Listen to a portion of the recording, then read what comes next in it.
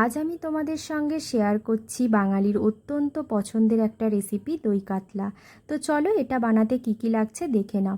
একটা তেজপাতা, গোটা গরম মশলা, আদা বাটা, রসুন বাটা, কাজু বাদাম আর পোস্তকে আমি একসাথে বেটে নিয়েছি। আর লাগছে ফ্যাটানো টক দই, পেঁয়াজ কুচি, টমেটো কুচি, কাঁচা লঙ্কা আমি মাঝখান থেকে চিড়ে নিয়েছি। তো প্রথমে কড়াইতে তেল গরম করে গোটা গরম মশলা, তেজপাতা দিয়ে তার মধ্যে পেঁয়াজ কুচি দিতে হবে। পেঁয়াজটা লাল লাল করে ভাজা হয়ে গেলে ওর মধ্যে দিতে হবে টমেটো কুচি। তারপর আমি এর মধ্যে অ্যাড করছি বড় চামচের 1 চামচ মতো রসুন বাটা। আমার যেহেতু 9 পিস মাছ আছে সেই অনুযায়ী বুঝে আমি মশলাটা দিচ্ছি। 1.5 চামচ মতো আদা বাটা আমি অ্যাড করলাম।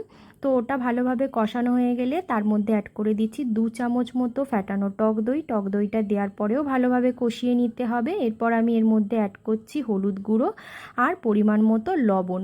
এখানে একটা কথা বলি, তোমরা যদি সাদা দই কাতলা খেতে পছন্দ করো তাহলে কিন্তু তোমরা এখানে হলুদ গুঁড়ো আর লাল লঙ্কার গুঁড়োটা ইউজ করবে না। এর বদলে তোমরা কাঁচা লঙ্কা বাটাটা একটু বুঝে তারপরে দেবে।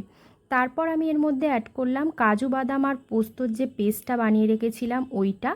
এরপরে আমি দিয়ে দিলাম 2 চামচ মতো লাল লঙ্কার গুঁড়ো আর দিয়েছি 1 চামচ ভর্তি করে চিনি। চিনিটা কিন্তু একটু ব্যালেন্স করে দিতে হবে, কারণ দই কাতলাটা না একটু টক ঝাল মিষ্টি খেতেই বেশি ভালো লাগে। এরপর পুরো মশলাটা ভালোভাবে কষানো হয়ে গেলে যখন তেল ছেড়ে দেবে তোমরা বুঝতে পারবে সেটা, তো তখন অ্যাড করে দেবে জল। তো তারপর যখন জলটা ফুটে যাবে তার মধ্যে মাছগুলো ছেড়ে দেবে। আর আমি এখানে 4টে মতো কাঁচা লঙ্কা চেরা ইউজ করছি আর দিয়ে দিচ্ছি ভাজা মশলা। আর ভাজা মশলার পরিবর্তে কিন্তু তোমরা এখানে গরম মশলা ইউজ করতে পারো। আর দিয়ে দেবে একটু ঘি, আমার কাছে যেহেতু ঘিটা ছিল না তাই দিইনি।